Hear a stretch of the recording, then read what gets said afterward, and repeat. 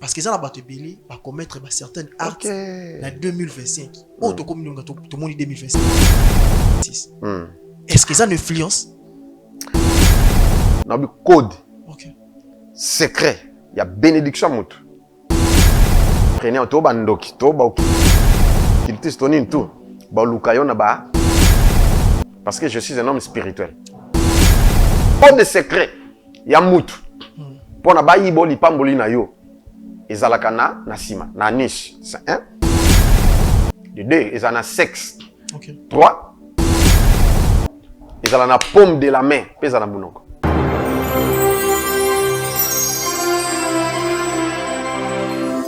Chez Bisso Télévision, la chaîne qui vous ressemble.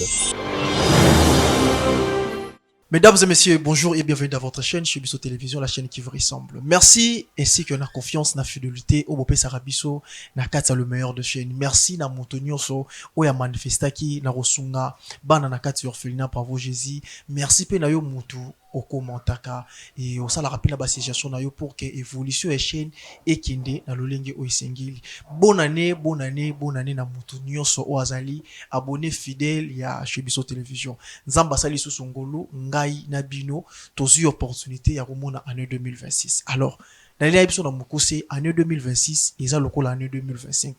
Soki na année 2025, o tokaki, o lokaki na ba propre effort nyonso, mais ozwa kité. Alors na sérieux na année 2026 oyo ezala lolengi moroti. Moto nga na ye lelo pona représenter yo. Oya rosala ke ngolu ya Nzambe, grâce ya Nzambe ezala na yo ba projet na yo ekende liboso. C'est un serviteur de Dieu. Ndenge Bible lobi, croyez à Dieu, vous serez affermi. Croyez aussi à ses serviteurs, aux ala de lever. Soko oye na émission lelo, o pesi biso ka motema na yo. Na o l'homme de Dieu akoloba, ndeko na ngai. Nyonso yo mo ozangaki kozona 2025. Nga na sérieux parce que tant na sérieux na yebi le pourquoi na sérieux. Na katsa o esika sponsor numéro 1 c'est la Jésus-Christ. Alors open na o memela yo, asa toujours na Nzambe. Esprit à Christ ils ont mouvé la carte. Merci à l'équipe technique à chez Bisso Télévision, merci à Papa Denis Monsolo, merci à Israël Monzo, merci à Madame Jesper Kachama et bonne année aussi à Papa Jacques Milambo. Merci à Bino Nyonso autozala na carte ya équipe solide à chez Bisso Télévision. Nazanga morote na plateau lelo, naza avec un homme de Dieu. L'homme de Dieu nazana lelo et à travers ngolo nzambachi na carte na ye ndeko na ngai na simi émission soko bengi nga naza sûr que au monde loboko ya Nzambe à travers lui papa lokamba na pesi bino mbote l'homme de Dieu. Bonjour Journaliste. Tout ce pelo ya mabino na oisika oizali chez Bisso Télévision, la chaîne qui vous ressemble. Pas bonne année na bino. Merci pareillement. D'accord l'homme de Dieu. Yamboto banda émission. To rendre grâce à Nzambe. Ouais. To sambeli la permission na bino. To sambeli. Nzambe ya miracle, Nzambe ya Abraham, ya Isaac et puis ya Israël. Oza souverain. Yozali le roi de tous les rois, yozali les souverains du monde. Natiki émission pas na yo Seigneur. Pe batu nyonso bakolanda. Même na rediffusion. Ata eleki mikolo, soki mutalandia vivre miracle. Tous à la conduit par le Saint-Esprit et servi par tes saints anges au nom de Jésus-Christ. Amen. Amen. Merci beaucoup l'homme de Dieu pour la prière kitoko. L'homme de Dieu année 2025 ici. To côté année 2026. Année 2025, il est gars qui n'ont ni n'a pas na bino.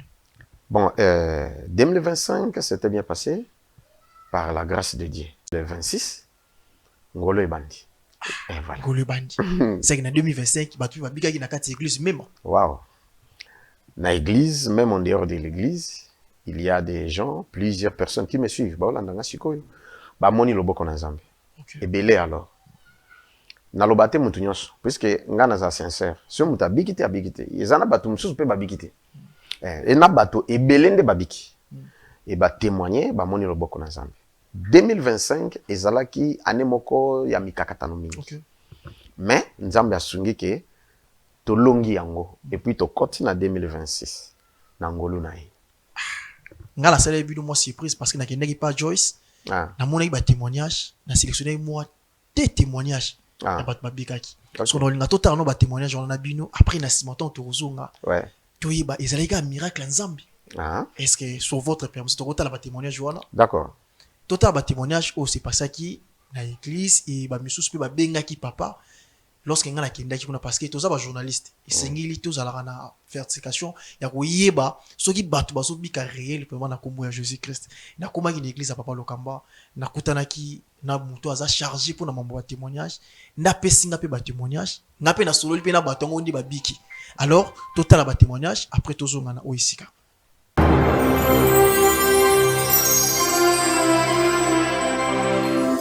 Chez Bisso Télévision, la chaîne qui vous ressemble.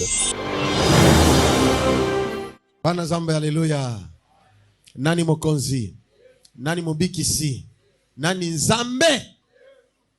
Voilà, tous en sœur na biso awa, alinga témoigner, pesa micro. Sœur Kombo nani pe ofandi wapi? Kombo nanga c'est Emma. Na vani na veni Mombele. OK, olingo témoigner nzamba sali ne pona yo sœur Emma. Kama sali ya minene kati na bomo inanga. Ah. Grande sœur nanga au propre. Abwaka kika libanda na bana ya ba orphelin. Nzamba lokamba na kiole la papa nanga. Na saki na isa na sika ko kendete. Yo zwanga en charge. Et pas zo kinga. Mais na nuit topé nzamba sunginga. Singa pe fiancé. Ozui? Fiancé. Ozui fiancé. Ozui pe place ya ofandi. Est-ce que okoki kobeta mulolo pe maboko makasi? Nzambe a consolé yo. Le consolateur des cœurs brisés. Au vivre grâce 2026 c'est bongelio. Na kombo na Christo. Amen. Merci beaucoup. Beta lisusu maboko pe mulolo.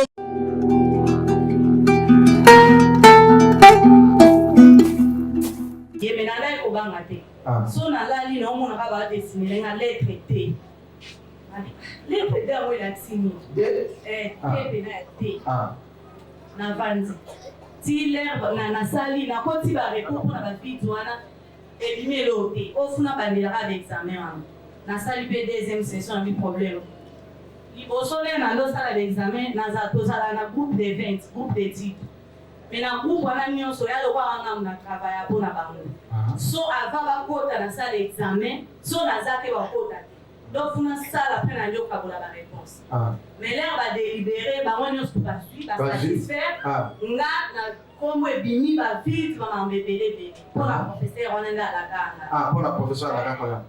Siko moko na kati na ba benga bi mama totikele au deuxième session na ese kana bi merci mais ba kenana ba point les cas donc on a pesa bino na pesa nyonso te na pesa ko ndam oyo ozwise ke ngana ozebele ko les cas amen le ba yo délibéré to e ba bengi biso ba délibéré samedi na kete na ke lundi na ke kuta pe samedi ba délibéré te na yo zonga le lundi wana na kuti ba ne délé ba vandi ba soupçon bandi le ban auditoire na biso toza 1516 étudiants. OK.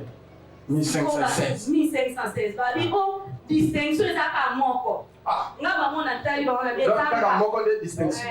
Distinction za moko na bezanga. Donc bali yo na ndeni na bezanga yi. Ozaka bomu. Na nde ba membre jury ba bimi wana bandi ko publier ba bi selon décision jury dans la distinction moko. Ba journée ba salina ba les ka ba bengi ko mona ngamba mona pour moi la distinguer parmi les donnez-moi ton distinguer parmi 1516 étudiants. Alléluia bana Zambé. Zamba lobi bana ne ba kozala mitume. Oya sala kana ba sala na bino no sa comme la Yesu. Oya sala kati le ba sala kati na bino onode. Voilà, yet na 1516. Mais distinction kaka. Tazanel. Moi na biso kombo nani benit voilà ton petit maboko Zambé asali ya binene afoko lisusu.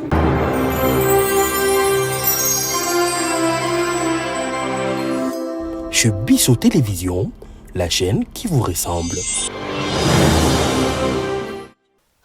Nzamba kufate Nzamba za toujours vivant et Papa Lokamba tout le monde ba témoignage à liboso o choqué ngai. Il y a jeune fille wana oyo professeur allié ba point pour que karabima nai mais Nzamba sali ngolu na losambo na bino oui professeur ayo lokaye na 5e na kati ya université pour kayebisa ye tika ngai ba ange ba o menacer ngai pour na yo. Est-ce que c'est vrai que ils avaient ba ange de l'Éternel to elo musuza na kati l'homme bon nakoloba elo beza na kati. OK elo beza na kati. C'est bon, bah, Greg Mo, ils allaient en peu, voilà. Mais il celui qui est au moins est plus fort, est plus grand que celui qui est dans le monde. Il est le yango. Ce qui est ça, la mabongo, et zangate, c'est que l'eau est zanakati. Vous comprenez? Et l'eau, c'est Jésus.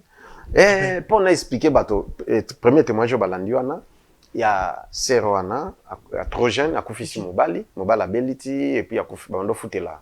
Baza Trojen, à Tikenaban. Bon. Sukoyo, Bakundi et Sili, libéré payé.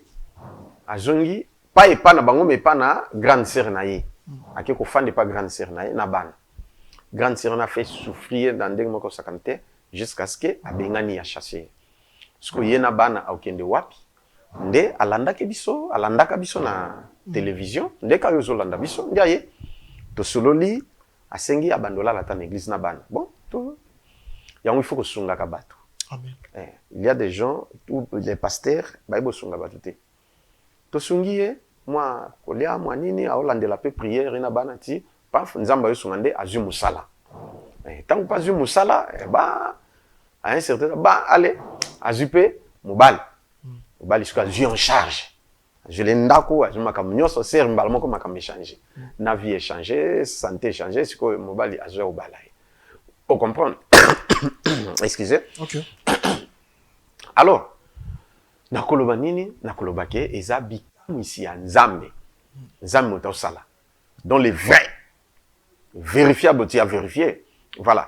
Alors, deuxième témoignage, il y a Serwana, il y a... On est qui deuxième. Deuxième, autour de Belabiso, pour première, c'est qu'il y a chère étudiante. Selon des témoignages, quoi. Okay. Voilà. Mais événement, salama liboso, il y a chère étudiante. Et na témoignage, voilà, classé, bongo, et on a expliqué. Alors, aux étudiantes, attends, mais complication, nini ti, tant comme une année terminale, et comme il y a problème. Pour nini, professeur. Atingami obi, yo, il faut otumbambeka. Serpobité nga sambelaka. Alors, et comme il bon, ça va total, yesu no ana sikoyo, atilo ba point. Mais elle est très intelligente. Mais sikoyo, problème est que, l'université yabiso na Congo, ils en est yabino, batubola na États-Unis, na France, aïe pas na biso ba point bungaka. Au sale penza au réussir mais ba point bungi. Si les mona na pété. Na nyonso yo travail. Ok, funde wapi. Ok. Alors bien na moni papier noté, sikoyo bani. Prévenu ezaki ngam na sikoyo. Voilà. Et si ata ok que non azo déranger ngai yango na boya ke consort non je ne la connais même pas. Là ce sont des bêtises au loba. Donc ma dossier balukeli. OK. Voilà. Donc on traite. Ce que je peux dire, il y a un adage français qui dit que les grands se protègent. Voilà. Alors, si on sert à marier les Sili, bakoti. Et mon anti, bato basal examen à la fin de l'année, basal examen pour na tout et Sili. Aza très intelligent, à travailler bien. Prof, à quel petit na bureau, prof, abi nasi na biso ke au coucher nanga. Soko boy et talio. Donc, il y a ce qui dérange, ce qui ndimi, ça va kasikoyo. Et puis, si les aussi va point na tire le puis au passé. Ce qui t'est, tu vas reprendre l'année. C'est Rabbi en tout cas, moi, ils étaient. Ah bon, ça va, vas-y. Et si. Donc, c'est comme ça qu'elle est venue en pleurant pour me voir. Ah, tanga lobi na ngabongo nabité, loban zambo na sela akufa. So kinzamba zana bomo. Profana, aoyeba. OK. Kinzamba zali. Allez. Ne na salle prière. Et si nabi kene na lobby prof aya kamingi ba 9h 10h mais prof a commis na université na 6h pe a côté na bureau atini tout abimi na bureau yeti na entrée principale ya na entrée a telemiana na betina bazoka oh prof oh ba devient parce que il est pas ça doyen na 4 université ouais hein donc oh prof nous prof a telemia autour où est télé. Oh non, nana comité. Si bah 8h, c'est rakiti na bis ici. Aya kota toi, viens ici. Oh. Prof, na sali tu veux me tuer. Il est quel yo boko la bananga. Tu veux me tuer. Ah moi je veux pas de problème. Viens au bureau. Aïe na bureau. Te ngalelo ba beti ngai. Hein? Ndeni mutayeti a fini ngai, a beti ngai. Gorgé. Ah voilà, pour la kolobake. Les anges. Bondoki ya Nzambe zalaka. OK. Oyokinga Pharaon tanga boyaki kotika bana Israël amonaki bondoki ya Nzambe. OK. Oya fina na kingo ka Nzambe te nani ka satana te Nzambe pas fina. Nzambe na fima ka pe na kingo. Donc, prof, je voulais mourir. J'ai failli mourir. J'ai frôlé la mort. Non, non, il y a une étudiante qui veut me tuer. Ti a commis, avant de me dire, Limbi Sangai. Non, ça, voilà, bah, point na yo. Atie tout, et vas-y. Et si l'ingana symbiote na ça, l'autre, prie pour moi. Né abondé pour mon ici, dossier pesili. Ndé ba pourcentage de l'équipe, et à yep, et comme on a jour, il y a nini, on peut ça ba point na ba résultat. Ah oui, bon. Awa, ndé bozali, ba msusu ba satisfaire, ba ni tout, mais il y a qu'une seule personne, oyo, a une grande distinction.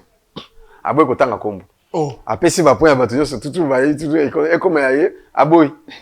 Parce que ba étudiant, non étudiant ba kanisi ke aïchu au zui. Au moins ni tout ba mono sekai. Ndé assistant mutaye pour na yo ko pesa oyaye grande distinction ezandi. Car la fille au bazoi ba point na ye, les temps où Ange a fini, prof Kingo à remettre ba point ina bimi condition. Ezongi. Collation pesa la messi la si ce n'est classe. Voilà pour dire que ba témoignage oyo nzambe asali et lesquels batu mais lesquels nzambe te yo posa na problème na yango toujours na 2025 na tango na zalaki avant to banda prière na biso ya auto zalaki na ya décembre ngambo ko na zalaki na mabondeli nanga nde nzamba azio lo bananga alobi Josué regarde Nathalie alobi année oyo bozo kota ya 2026. Okay. Ezali année à consolation. Ok. Loko les a année à consolation. Je vais consoler mon peuple. Refidim. Alors bien bon. Refidim à répéter. Exode chapitre 17. Ok. Ah.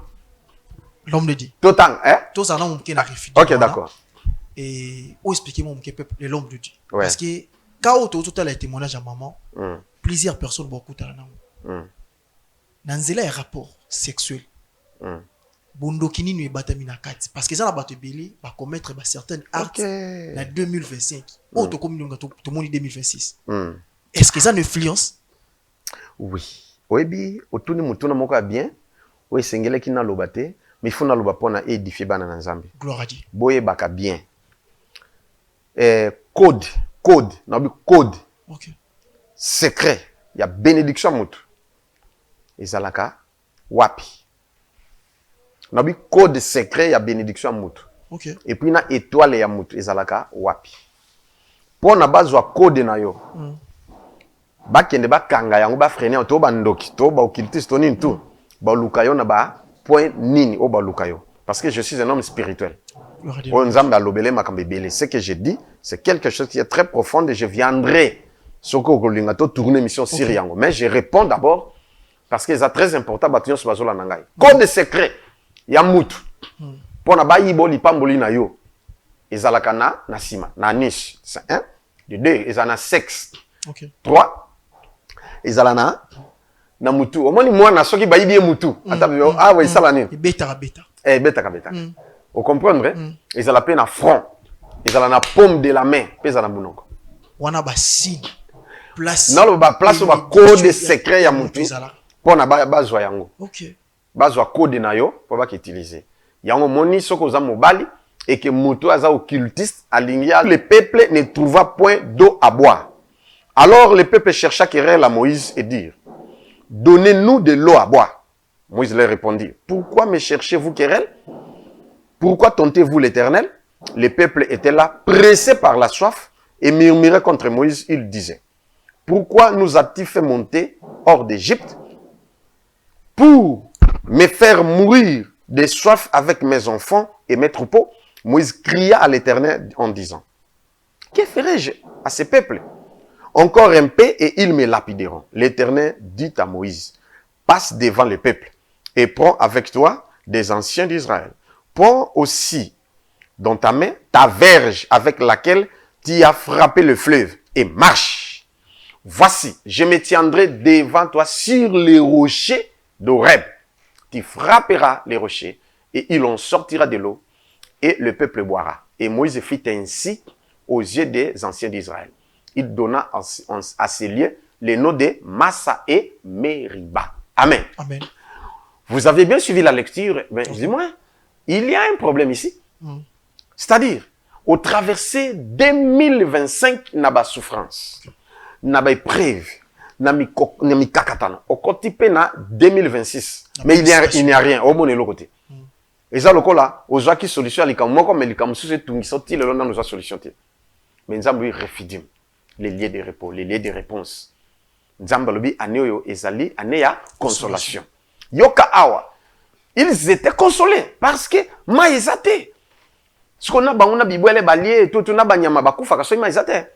Effectivement. Maïzate.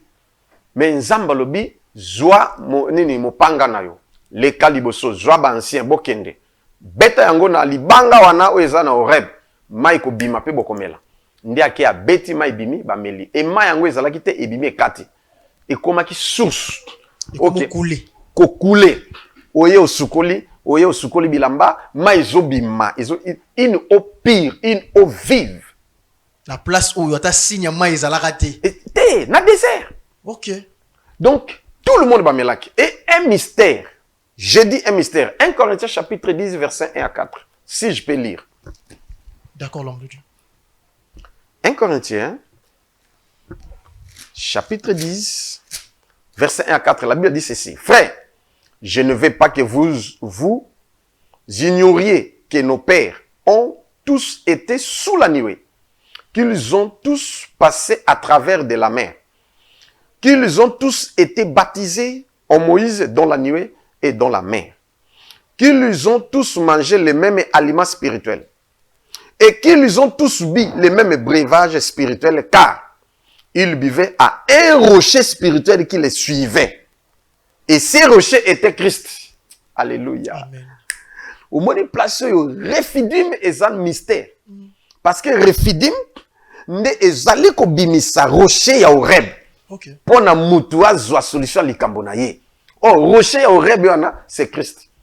Gloire à Dieu. Yol moloba ko yesu azanzambete. Siko yetu kakas. Oh, mwana Maria et consort, siko yoka awa. Babi, libanga wane bimisaka mai. Batuna ra yesu za mwana nzambe kaka. Libanga wana siko babi ezande yesu. Pe balobi ya, Bible lobi ya. Les rochers qui les suivaient partout. Même dans les combats, Moïse a mati les sous ngomba afandelinde libanga. Basu victoire. Les lots yomutozo landanga. Les lots papa maman. Problème na yo wana, maladie na yo wana. Oyo au traverser nango elongwe na 2025 au côté nango 2026. Refidi mezela yo. Amen. Oyoki parce que rocher ya oreb aza vivant puis aza présent. Nzamba zo consoler yo aux solution. Oyoki les lieux de repos aux solution, les lieux de secours aux solutions où il n'était pas dans Zambé. J'ai beaucoup de choses à vous dire, mais ce n'est pas moi qui va le dire, ce sont les témoignages. Acte auto posé, signe prodige on Zambo sala katinayo, nde oko témoigner et voilà. Parce que si je commence à parler sur les miracles, ce que Dieu a fait et consort, bon, le temps peut-être est qu'aujourd'hui et belé, mais yoza la témoignage motozo la nangai c'est qui émission lelo c'est émission ya signe et de prodiges. Mais oui bon awa yoka ban Israël bakati désert bakati mer rouge hein bakomi kuna eloko lié ça ni mosuni ni na désert mai peut été mais ils ont dérangé Moïse ce qu'on y a on a le beau déranger là. OK et voilà parce que ngana sans embêter Moïse pas à la embêté comment. Moïse était qu'un simple serviteur, envoyé de Dieu à l'époque. Aujourd'hui, Moïse n'est plus, il est déjà mort. Hein? OK. Mais aujourd'hui, Dieu est le même hier, aujourd'hui et éternellement. Le Dieu de Moïse, il existe. C'est lui qui m'a mandaté, c'est lui qui m'a envoyé pour prêcher, sauver, guérir. OK? Sikoyo, nga na sengi yombongo te, na sengi no benganga. Nakondima na yo. Au moins, je me suis OK. Que Moutou et Sengeli va devoir yembongo et puis va facturer et l'équipe même na montagne mbongo. Nzamba sali ngulu na lo appel kaka yepe na États-Unis a bengi na sengelo côté na bito sambela ozo solution. Tala bato bazali na poto na ba États-Unis ba Canada ba ni ba ibi makambo ba facture na ba nyonso. Tellement facture ekebele koto il faut taper avocat na ye tout donc asa perdu. Ah mais bon encore te bimi nyose ki kuna ba facture koto pe kutu il faut na luke so mbongo na ba ki sa pona avocat siko no suka C'est bien noté, bien écrit. Mais Nzambe a changé ma donnée. Tu prier, du coup, ma cambe changé. Et comme il a 3500. Et qui est longue à 60 quelques mille, et c'est un devoir, ceux qui 50 000, ceux qui combien? 55 000. 55 000, n'avocat 15 000. Donc, nous surtout, ils ont 3500. Il faut pas payer un bon naïf. Et bon, mais maintenant, mikanda zabi, mikanda mususu ango ebimi. Ebimi, awa tozana mikanda on a te yaba ebele on a. Exact, 3500. Donc, c'est, et puis c'est émotion. Qui peut les questions. Azola nanga pe sikoyo. Akui pe ko benga bino pona a certifier on peut. A benga ki a lekisi même na témoignage même na groupe na biso à prière parce que tozana groupe à prière. A lekisi yango mutunyo salandiango. Même dès lolo bato poto, bato Australie bani babi témoignage yo. Na ko sate, voilà. On comprend monsieur. Que la biso kombo na yo na commentaire pour que bandi ko ba ke mutu papa lokamba zoloba ezabino. Papa lokamba car na moto tangi refidim. Si je me trompe pas. Jésus-Christ azalaki déjà na Moïse na forme ya rocher. Rocher. Na 1 Corinthiens 1 Corinthiens chapitre 10 verset 1er à 4. 1 Corinthiens chapitre 10 verset 1 à 4. On les a toujours Jésus. Mais on va contredire alléluia moi na Marie, moi na Joseph. Parce que nenga azalaki na Moïse na forme ya rocher. Parce que pas na bilan na forme ya forme ya mutu. Oh. Mais on est comme babikila. Oh, bikila ndenge nini? C'est sur la forme de mutu. Ni yoto zo mona rayo mutu moko. Ipe comme so. Galates chapitre 2 verset 20. Natanga kasi verset. D'accord. OK. Pona omona ke Yesu nde mutu azali ko sala ezanga te, ezapeni nini te. Galates chapitre 2 verset 20. Elobinin. J'ai été crucifié avec Christ. Et si je vis, ce n'est plus moi qui vis, c'est Christ qui vit en moi. Hein? Okay. Si je vis maintenant dans la chair, je vis dans la foi au Fils de Dieu qui m'a aimé et qui s'est livré lui-même pour moi. Donc, si moi, Josué, je vis, ce n'est plus moi. C'est lui qui est en moi. Il s'est incarné en moi. C'est tout. C'est ce qu'on a le bani. Il y a fondé.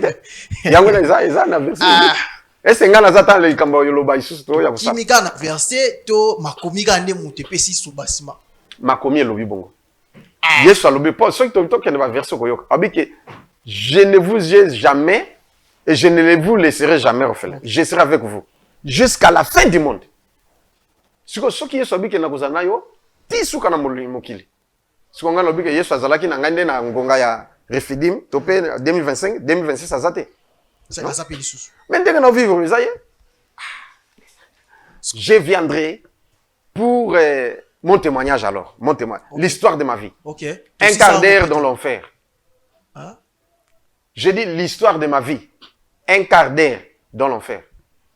Ah, oui, comme maman va faire. Maman va l'iffer. Et quand il y a un thème, il y a un piste.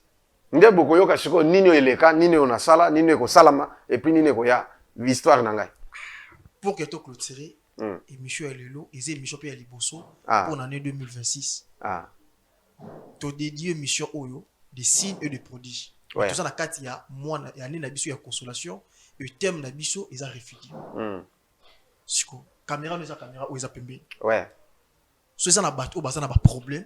Dans le moment où d'abisso. Parce que la prière n'a pas pour préciser bien. Même les monsieur, ils ont une rediffusion. Bato Bobby Kaka toujours. Ouais. C'est quoi?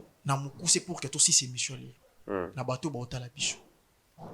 Prière nino ressemble pour na bango le boko nzambe za permanent ba monango. Merci beaucoup. Je suis votre frère. Je suis frère Josué Lokamba. Okay. Il y a d'autres qui m'appellent prophète. Oui, je les suis. Je suis évangéliste aussi. Okay. Mais je suis frère. Je préfère de m'appeler frère en Christ. Frère Josué Lokamba. Voilà. C'est simple, bon? Ma frère. Ah oui, c'est simple. Hein? Parce que makamona zoloba ezali tenga nakobeta tolo te po ezanga te. Mais na beteli Yesu tolo. Gloire à Dieu. Parce que yende muta osala makambo nyonso. Ce qui a tikinga ata tonga ata eloko esala. Bon, je pense comprendre, mais eloko na kolo bezali boye benganga to sambela. Zambe akusala. Soki obenga ozwinga te na zamutu. Parce que na sambela ka mingi. Na te ya ka pe mingi.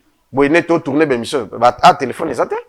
Voilà. Tout ce temps, tu tournes le téléphone, et sonné mais na oyamba te mais soki obenga bongo ozunga te koloba te ke ayamba téléphone te na yambaka tikelanga message na okoma libre nde na ye siko ekosani ko répondre to ko sambela penzamba osala soki na 2025 to sambela ki obiki te 2026 eza année mususu to yepe na mupepe asika na onction fraîche parce que il y a des chrétiens ou des croyants même des païens oyo bakomi na refidim me balembi nzoka na refidim nde miracle ife salama ozwa mai ya komela ozwa biloko kolia ozwa lipa ozwa mai o vivre bien ozwa solution ya likambo na yo parce que kati na refidim baepreuve ezela pe yo yango bakutataki na baepreuve me baepreuve ezana na suka na yo baepreuve eza nde ani oyo esili année passée suka baepreuve sikoyo tobandi ani ya consolation nzambe akonsole yo voilà et ce que je peux dire que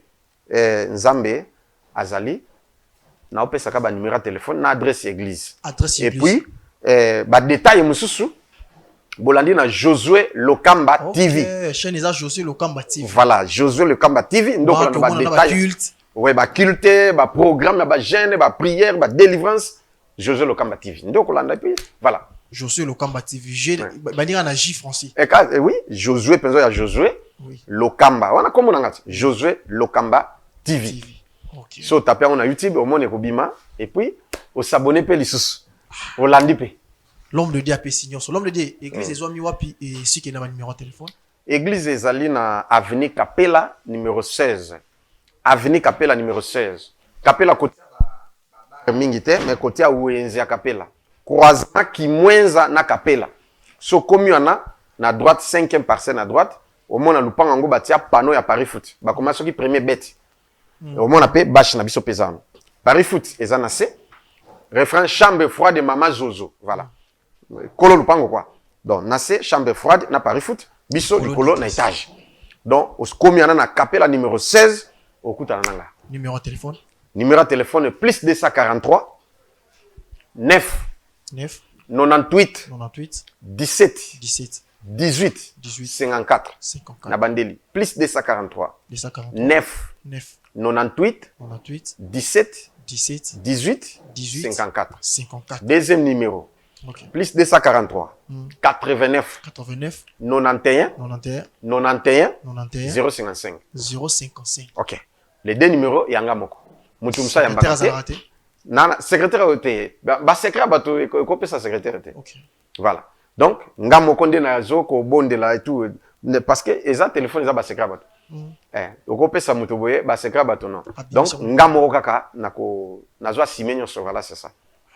Na moi mukuse nga pena comprendre que bon Nzambe za na kati na bino parce que article reposé déjà au lobaki téléphone il faut pas que secrétaire azala ils a déjà édifiant parce que ça la mutu musa ko sala mabi moko ya makasi mais tant ayambi pas secrétaire na bino apesi secrétaire pas za mutu azala mutimo akabeteli mwasi na yi vie ya mutu et bien voilà c'est ça voilà penani na ndimi que Nzambe za na bino avant aussi ça tozo à la prière parce qu'il faut prier za la pona début à mois début année et ngana mo mukuse pona zo que ça pas l'homme de Dieu na bande ko nyonso botala rabiso na émission sur la Chibiso télévision bravo Jésus derrière le masque bon mon a lolenge Nzambe opéraka na kata oisika et ce que croire na Nzambe o azalaka na oisika ngana assuré bino benga papa loka peut-être mso sambele na papa Eli oboni loboko Nzambe te mais benga pe l'homme de Dieu loka à travers ngolu pe oyi Nzambe pesi on témoigner to Dieu mission oyo signe et de prodige alors signe eza bilembo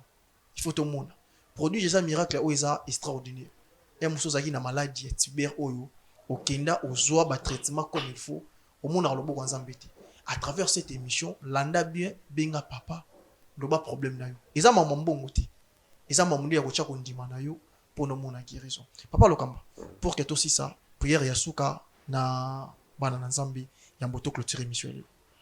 Merci beaucoup. Soki aux après ou prête Zoata maya komela soko lingi soki pozana huile d'olive zoa yango ngana sambela o salela yango soki pozana ngote c'est pas obligatoire o sali kaneto simba loboko nanga au sim place zobela et Dieu fera quelque chose na bondeli Nzambe na nguya Nzambe ya miracle oza souverain le Dieu d'Abraham le Dieu d'Isaac le Dieu d'Israël Seigneur, tu m'as envoyé ici sur cette terre avec une mission. Et voici, Seigneur Jésus, j'accomplis ma mission. Bel et bien, Seigneur, en ton nom. Au nom de Jésus, miracle est opéré. Seigneur, nabandina no kaka mission oyo nazana na 15%. Et le reste, Seigneur, yondo kosunga pona kendeti na suka. Na kombo Yesu Kristo, miracle est opéré. Onction Nzambe elata mafuta wana. Elata mayona na kombo Yesu Kristo, miracle. Car l'onction brise les joues. Denki okomela, denki okopakola. Même mafuta na to mai to nini. Au vivre guérison miracle, au vivre refidim. Oza solution pe nzamba consoleo na déclarer na kombo na Yesu. Même Hollandais mission na rediffusion. Même maintenant l'équipe à moi Hollandais ngoko vivre miracle. Le Saint-Esprit soit en œuvre maintenant au nom de Jésus-Christ. Amen. Amen. Merci beaucoup l'homme de Dieu et bande ko nyos botali biso. Et monsieur koti na minute oyo ozui accidenté au bande l'émission et bande tina soka. Tozaki na papa lokamba. Tomoni le lengi année 2025 qui se passe aquí na kati église même le lengi pi bato ba témoigner auto che ba témoignage mi bande l'émission poto mona munene nzambe na kati ba vie na biso. Alors na année 2026 papa lokamba nzamba espéra que quand en 2025 wana pour na mo refudu et ainsi que année consolation. Auto lobeli lelo yo moto tamboli na biso na 2025. Obanda ko mona ra toujours souffrance. O ezane bandeli ya année et bandeli ya moi. Tozana refudim bana Israël auto tangaki na Exode 17 verset clé ya émission lelo yango wana to molo lenge bana Israël ba leki na ba difficulté ba lié bazangi ma ya komela mais na rocher Moïse abimisa ki mai. Alors yo posa na ba difficulté on a problème na mikanda on a problème na ba bilo ba partout place au vendeli santé ya bana santé na yo moko parce que soki santé za yo bien te ato bimi lo lenge ni no zombongo te benga et nzambe ya refudim o abimisa ki mai na Exode 17 arobimisa pe bénédiction pour la vie na yo au mona loboko ya Nzambe. Quant à moi, je vous dis merci beaucoup l'homme de Dieu. Merci pour la beaucoup. présence de la OIC na ebi ke tozonga lisusu Ouais. pour na kozwa émission au toto lo ba affaire hein, obe momo ya affaire bo sur la terre affaire ya si j'ai le biso au to ça. Refidim. Na momo lobi o na oyela ngona émission mi balé ezala. Ah. Yango peuple dit bon ça na posa na. Ok, d'accord. Donc, un quart d'heure dans l'enfer. Yango na zaki posa na un quart d'heure dans l'enfer. Dans l'enfer. Yango to kozwa na prochaine émission. émission. Témoignage na ngai. Témoignage ya l'homme de Dieu. Bomo na lolengi nzamba zuye na lolengi nzambe pe komisi. Merci na yo mon total émission et merci na yo pe. Et puis ils en a livre, hein? Non, ça déjà livre. OK, ils en a livre. Hein? Oui, oui. À septembre, il y a une émission to zappé na livre l'homme de Dieu. Non, non, na si cité. Non, si ko primaté, oui. Ah, OK. Et ils ont vraiment eu une bonne idée et mon pose en a pour ça on a livré au contacter toujours papa le titre nango yangona un quart d'heure dans l'enfer. Au contacter papa le Kamba na ba numéro où ils ont na ba poste téléviseur pour que oyiba pe kozwa livre na yo. Merci na yo. Merci na pe maintenant nous s'abonner na chez Biso Télévision la chaîne qui vous ressemble et l'année émission l'anda ba émission no se les na kata oisika au kozala édifier. Ngala ko sabino na mokose soki Jésus Christ de Nazareth o azali créateur na ngana yo te azongi tokomonana tokokutana lisusu na ba émission oyo koya kimio etika na mabota na biso na kombo na Yesu Christ.